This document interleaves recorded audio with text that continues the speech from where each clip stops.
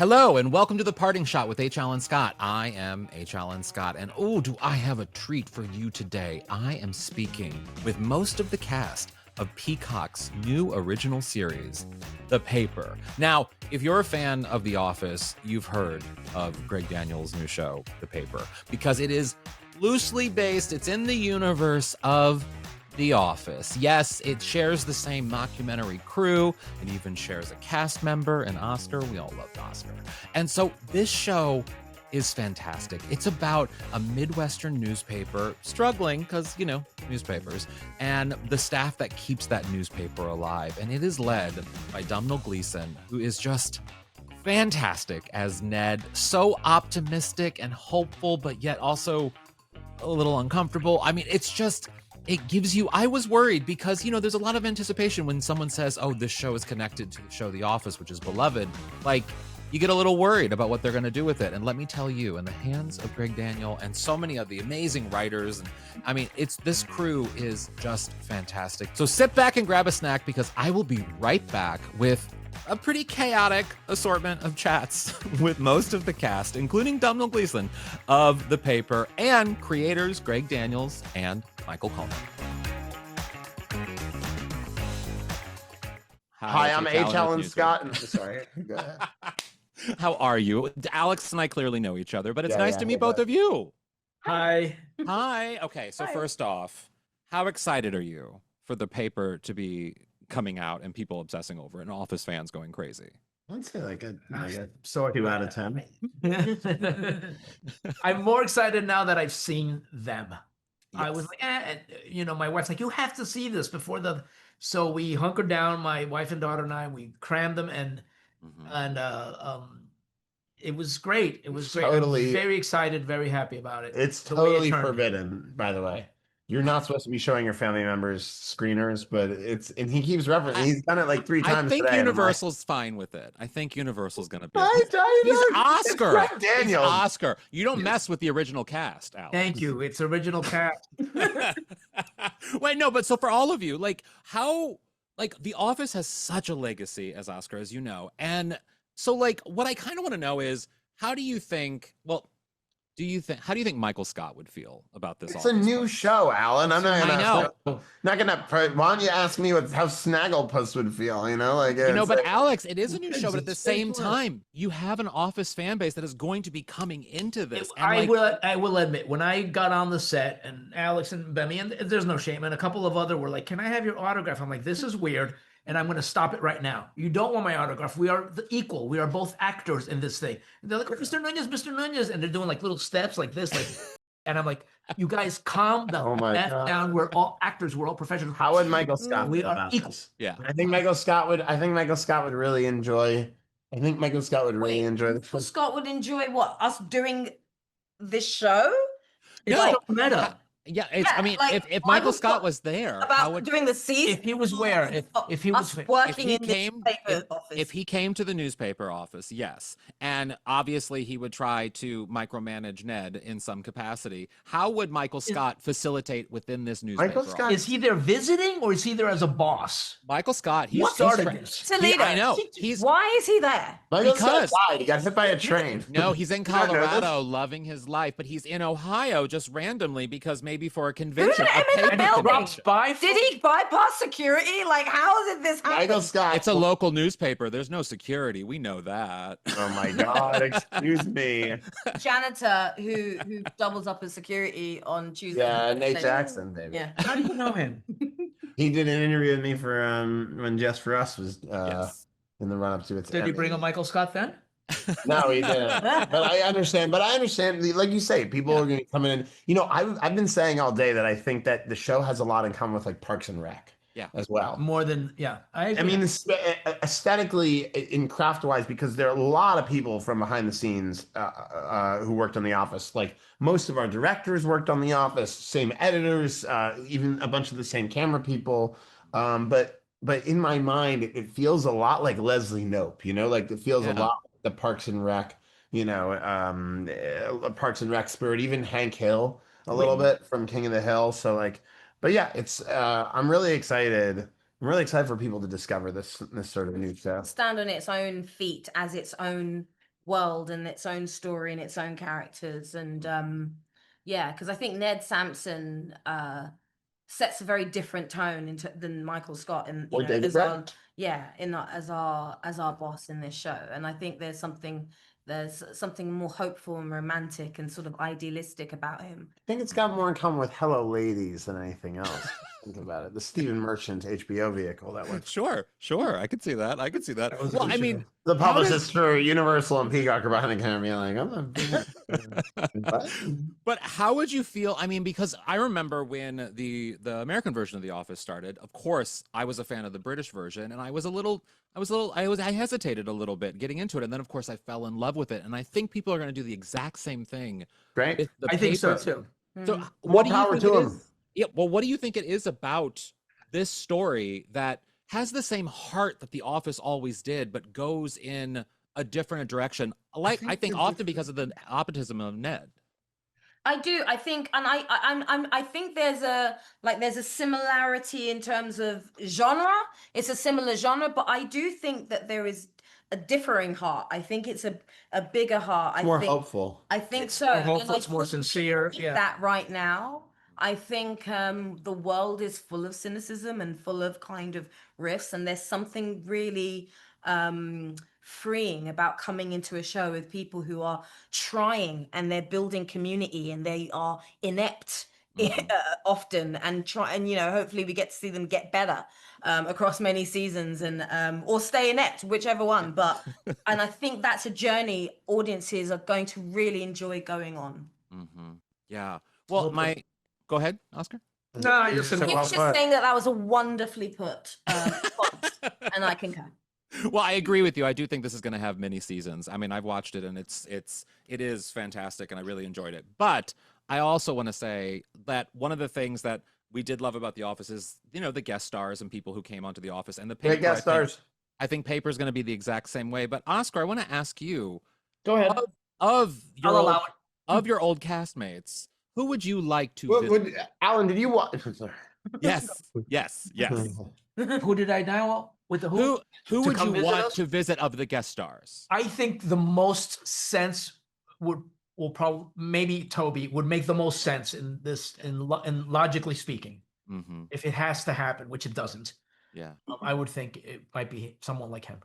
And for I'll both, have to watch The Office. Like, I'm really going to. I'm going to have to eventually break down and watch this television. you really should. But who I would? keep What, telling him to, he refuses. won't do it. It's what guest stars would you guys like to see on the paper? Mose Schrute. That's Okay. that's what I want. I want Mike Schur to be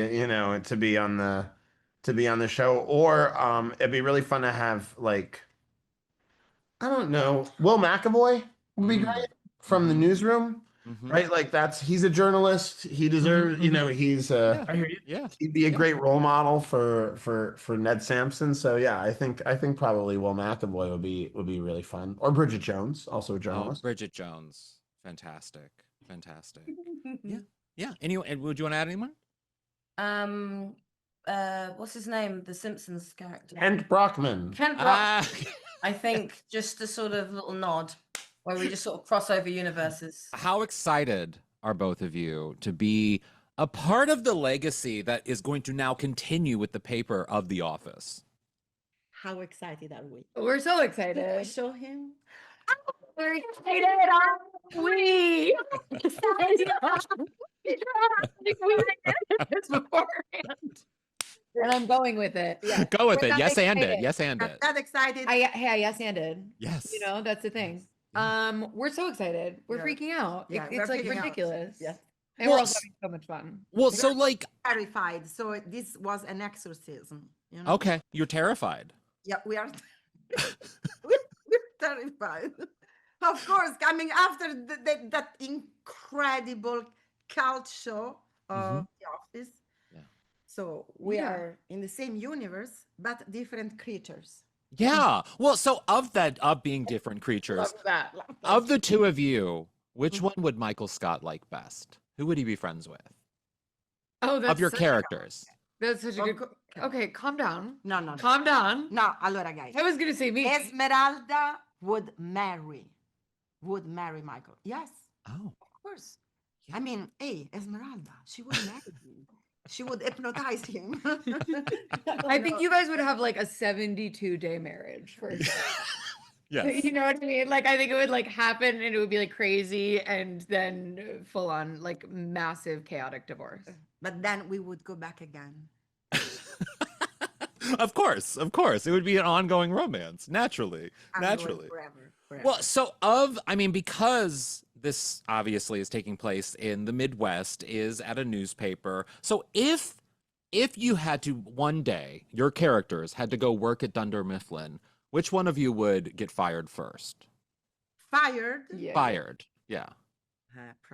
You, 100%. Because of the relationship with Michael Scott, obviously. Exactly. Exactly. You see? Yes. Yes. Well, so then speaking of that, like The Office was known for so many iconic guest stars, and I'm sure the paper is probably going to be exactly like that in the coming seasons because there will be more seasons. Which of course, and it's fantastic. I thoroughly enjoyed the show. It's fantastic. Did you say Yes. fantastic? I said fantastic. I said fantastic. The interview's over. Thank you so much. Okay. Yeah. Okay. Bye. Legendary. Yeah. Bye. Yeah. No. But of the amazing guest stars that were on The Office, which one would you like to see on the paper? Of course. Who? I was gonna say Jan. I mean, Serenity by Jan. Like I keep saying, I'm like, I need Serenity by Jan candles in the office. That is one of my favorite performances ever.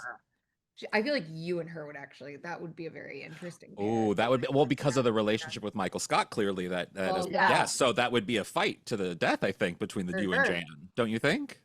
Oh, yes, I think so. But I think it would be interesting also if Dwight would come, you know. Oh, yeah. Imagine a relationship between Esmeralda and Dwight. Ciao tutti, bye. Goodbye.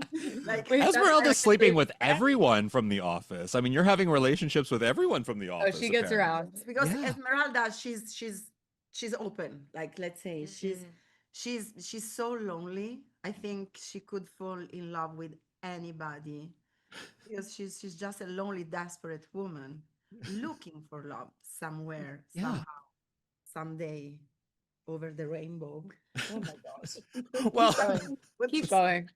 I mean, one of the things that I loved about The Office and about the paper is that it does give you the feeling these characters have so much emotion to them. There's so much, like Greg Daniels' work, Michael's work, the writing, there's just so much heart in it. So like, how does it feel to have, of course, the funny and the absurdity that happens, but also to have that level of emotion in the story and the heart that comes with the words?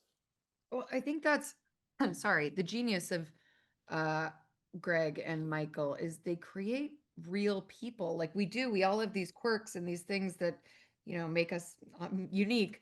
But I think at the heart of it, it's just, it's people, it's real authentic people. And they, you know, gave us the opportunity. It was like such a privilege to have like time to spend in an office and learn what it's like to work in an office and really feel like that's where we're living, you know, and all get to know each other and be coworkers. And I felt like all the relationships kind of like progressed organically like that.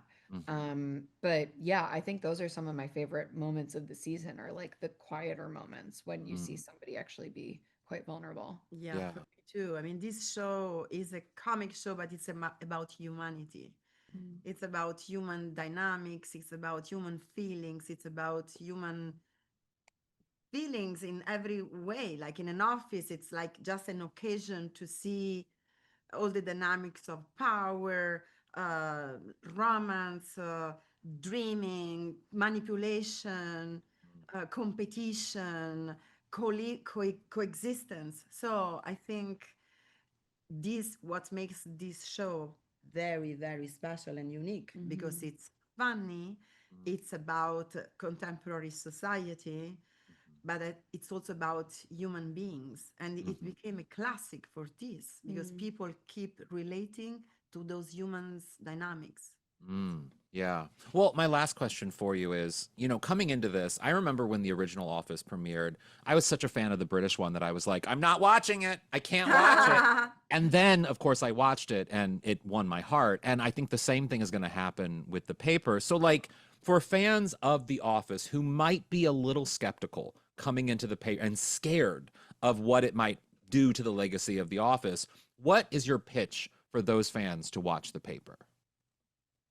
Keep being scared. Be terrified. No, please just I think it's okay. Like I feel that way. You know, I'm The Office is one of my favorite shows of all time. It's terrifying to even think about, being a part of that world. And yet I would say this is so different and it's its own It's like a world. cousin, like a very good-looking, attractive cousin. No? the one cousin. Cousin. You know your cousin Like- you find like really sexy? Sexy. Yeah. Funny, but a cousin. Yeah. It's not the real, it's cousin. So it's in the same family. We are very respectful people. Can't you see our faces? How respectful we are? Respectful Yeah. people. You probably have Yeah. that. So Yeah, we yeah. respect and we love and we admire the real office with the real. I feel like you're running for president right now. And I'm literally just like, mhm. I Correct. mean, I think the best pitch for this show is saying that the paper is like the hot cousin that you question maybe if you weren't related you might sleep with, which I think is actually kind of the perfect. 100%. Allora, guys, let's Yeah. be sincere. Yeah. Who didn't think about sleeping with the cousin? Who? Well, fortunately for me, I come from a family of not the most attractive people, so my cousins are all ugly. So I Ah, never okay, thought that's about it. I different. never thought. Of it. Maybe the cousin of someone else. Sure. But Yes. still cousins. Yeah. Any Yeah. cousin. I mean, Exactly. any kind of cousin can be Anybody attractive. And I feel like Any this is kind going to of, be a storyline next season on the paper for your character. You're probably We- going to sleep with a cousin. We look forward to that. We are. Yes. I'm ready for that. I want to know, do you think Ned and Michael Scott would be friends? That's tough. I mean, they're very different, but I think they're both good people at heart. So I think it's possible. But yeah, I don't know. Maybe it is a never call, never write scenario. I don't know. It could be that. Well, so like, I mean, thinking of the legacy of The Office with this is its own thing. We talked about that, but The Office was known for its amazing guest stars. So is there anyone outside of Oscar, of course, being on the paper, is there anybody from The Office that you'd like to see be a guest star on the paper? I mean, they had so many amazing. God, I mean, it's really hard. Chelsea was here earlier on, and she was talking about Jan, Yeah. the actress played Jan, and just how amazing she was. She was pretty incredible. I became sort of briefly obsessed with Zach Woods as well. Like, he's amazing in everything. Yeah. And I saw him do improv with Neil Casey before, Mhm. and that was one of the great things I ever saw. They're just incredible together. Yeah. So I think I'd love to see him in action. That'd be pretty cool. Oh, that would be cool. That would Yeah. be. I mean, so like with the energy. Also, Michael Scott had "That's What She Said" as the catchphrase, and Yeah, it yeah. makes me wonder: are you hoping for Ned to have a similar "That's What She Said"? I'm very eager for it. I don't think so. I don't think that's the guy. I think Ned is more. I think that's what was amazing about That's What She Said is that it just told you so much Yeah. about Michael's desire to be seen and to have his jokes recognized and to have his own catchphrase almost. You know what I mean? Like that was Yeah. part of him. And I think Ned is just obsessed with like his catchphrase would be the most boring thing you can imagine. You know, like I think he'd love his catchphrase to be something like "Stop the presses" or something. You know, imagine it's super amazing. Yes, that's exactly know. what it would be. Yeah, but then if they do stop the presses, there's a massive problem, and you should never say that. Like, I don't think any of his catchphrases would be applicable to real life. But yeah, you never know. You never know. Well, and so one of the things I also want to know from you is like, obviously, the state of media is all over the place, especially with local newspapers and newspapers around the country. Like, what do you hope that this show kind of does for the state of print media, the state of people physically getting a magazine or a newspaper and like reading it? Because there's a lot of us, myself included, don't want those things to go away. Well, I think it's the same as cinema or anything else. If you don't want it to go away, the only way to support it is to spend money on it. Is to really support it. So like I don't know how much our show can actually do. I love that our show is optimistic. about what great journalism can be, and about the importance of it. I think that's the show's contribution. But what it's doing is aiming to be funny at the same time. Like that's really what it is. But I like that the journalism angle is in there, and I like that Michael, Greg, and myself and the other actors all care about it. I think that's cool.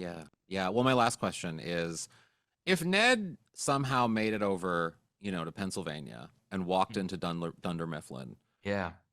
and he had to work there, would he survive working at Dunder Mifflin, and what would he be doing there? Who would he be friends with in the office? I mean, I think he would find it tough working for. I think everybody finds it tough working for Michael, right? I mean, I don't think that, you know what I mean, at various times. Yeah. What we know about him is that he's a great salesman. So I think he would find a way to thrive. But I think the whole point is that he's not doing a job that doesn't inspire him. What he's sought out is a job that truly inspires him. Part of The Office was that the work itself was not the point. It's the people you spend time with. Yeah. And I think this is talking about how that's true, but also if you're working on something that inspires you, your life can be even better. You know what I mean? So I think he would struggle there, honestly. Yeah. I mean, he's struggling here too, but I think he'd find it tough over there. And then he'd want to be friends with Jim because Jim's cool. Yeah. And his stapler would be in Jello, probably. Let's be real. Probably, exactly. Probably would. So you have a very funny show on your hands. I enjoyed it so much. I was so excited when I heard this was happening. But I want to ask both of you, particularly you, Greg, about, there's the weight of and the legacy of The Office for a lot of people going into this show that is going to be a big driver of both curiosity, maybe even some concern. And it is a very different show. But I want to know, how does the legacy of The Office, was that intimidating at all when creating a show like this for both of you? Well, so when I adapted the US office from the British office, there was that same feeling of, Yes. and I kind of stumbled into it because I never expected the British office to air in America, because when you think about All in the Family, which is based on a British show, nobody in America has ever seen the British show. I was kind of assuming that was the case. And then it started airing right before, we aired on NBC, and I was like, "Gah." But then it sort of happened again with Parks and Rec, because everybody was like, "Oh, they're doing another documentary," and I feel like you just have to, just plow forwards and just assume that one day people will be very happy that there's a new show that's in the same style that they love, and even the naysayers will hopefully be won over. Yeah. I mean, when you start a project like this, it kind of feels like, well, I should be so lucky to get to the point where this connection is an issue, where you get to the point at which people can see it. For the most part, you are able to put your head down and just focus on the task at hand, and compartmentalize a little bit. Yeah, I pitched this idea to Michael without telling him that it was the spinoff, and I got him interested in the idea. He actually was excited. Midwestern newspaper, people trying to make this work, and I was on board. And then later we sat down, and he explained to me that there'd be a larger piece of this puzzle.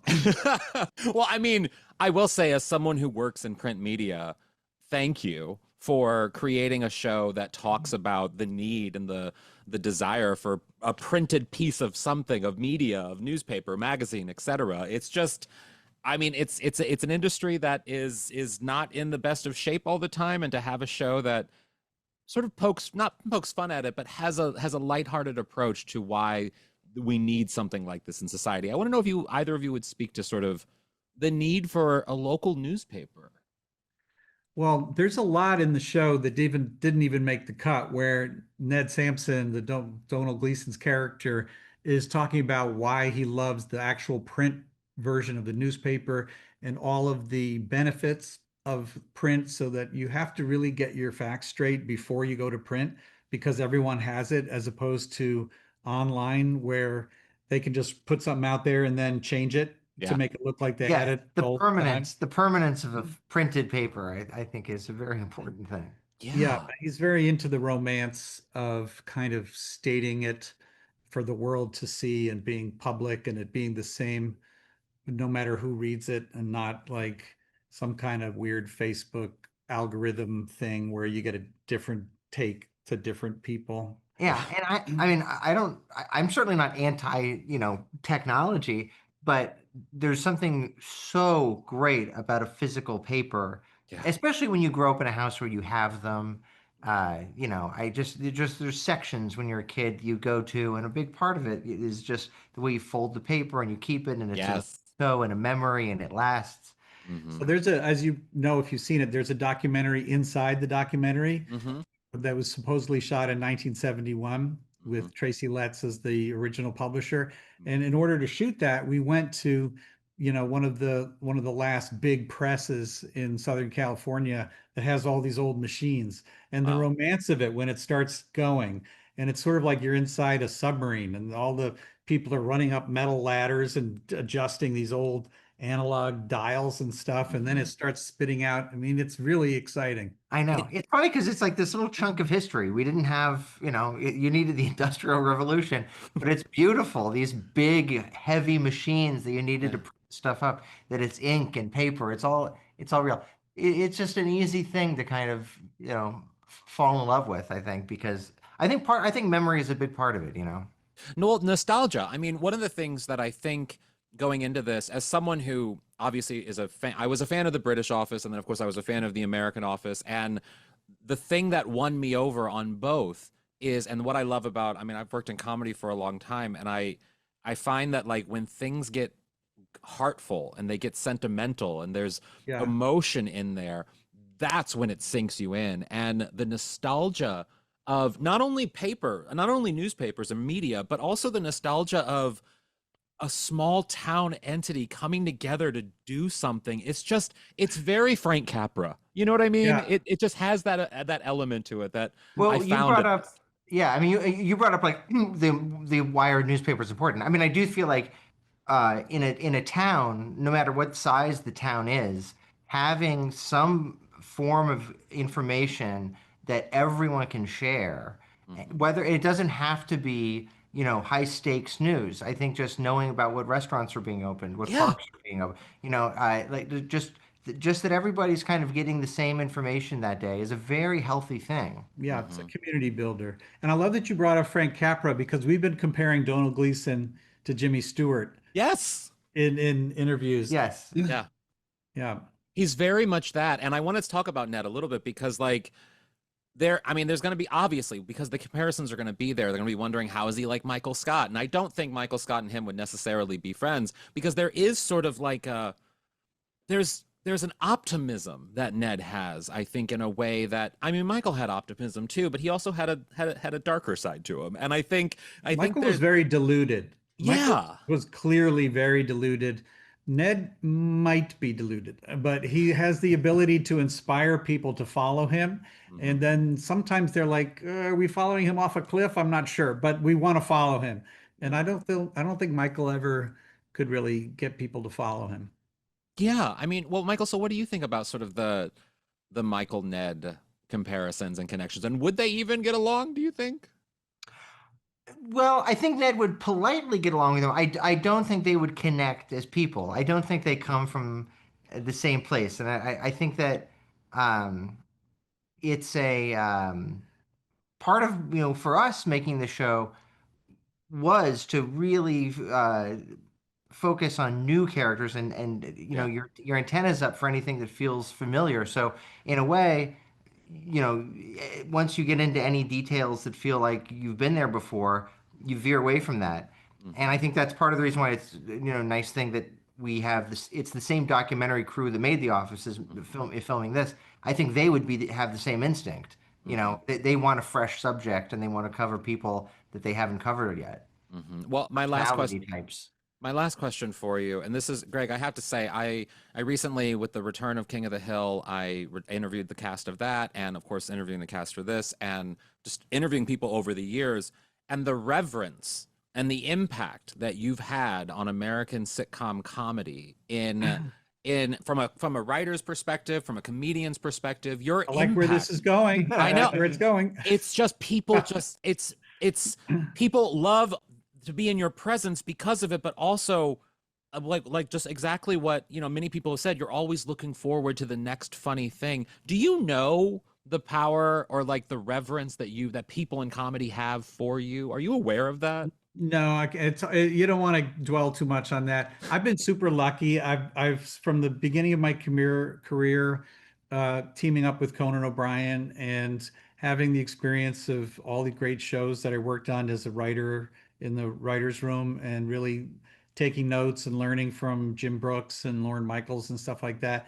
I mean, I had such a lucky series of jobs, and to feel like I'm a link in the chain of character comedy Mm. that, can help get those values that, from Mary Tyler Moore Show, Yeah. through The Simpsons, into The Office and to the next generation is enough for me. It's great. Well, thank you both. It's so nice chatting with both of you. So nice meeting both of you. And I think Likewise. you've made a great show. You should be really happy.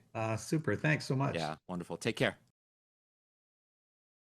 Thank you so much for watching today's episode of The Parting Shot. I really do appreciate it. You know what to do. Like and subscribe and do all the things. Tap the buttons, whatever. You can follow me at H. Alan Scott on everything. Go to newsweek.com for more news and podcasts and videos and so much more. And in the meantime, watch something fun today. How about Peacock's new series, The Paper? And have a good one.